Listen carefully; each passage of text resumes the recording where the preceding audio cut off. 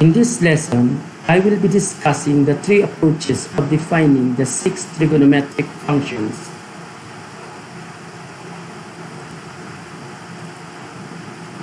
There are three approaches of defining the six trigonometric functions.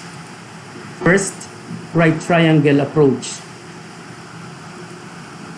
In this approach, a right triangle is used to define the six trigonometric functions of a positive acute angle.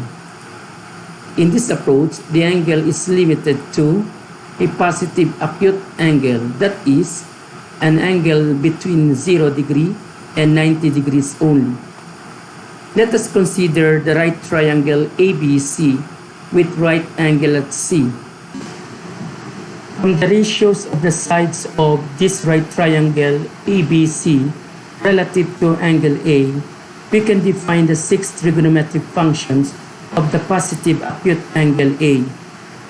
These six trigonometric functions of the positive acute angle A are also called the six trigonometric ratios of A, since we obtain them from the ratios of the sides of a right triangle.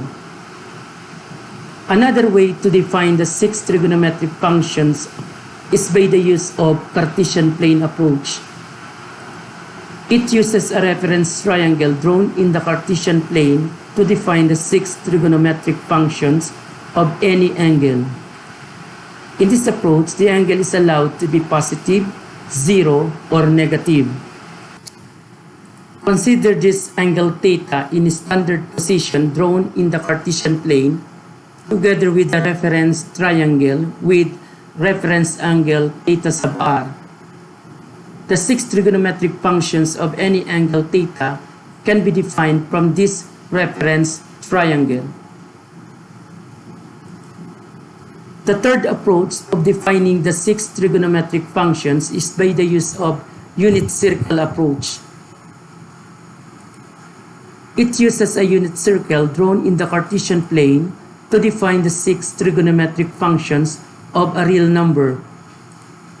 In this approach, instead of an angle, the length of an arc on a unit circle is used, allowing the shift from trigonometric functions of an angle in radians to length of an arc of a unit circle or vice versa. A unit circle is drawn in this Cartesian plane with central angle theta. This central angle theta subtends an arc on the unit circle of length t units. T here is considered directed. T is positive if measured in counterclockwise direction.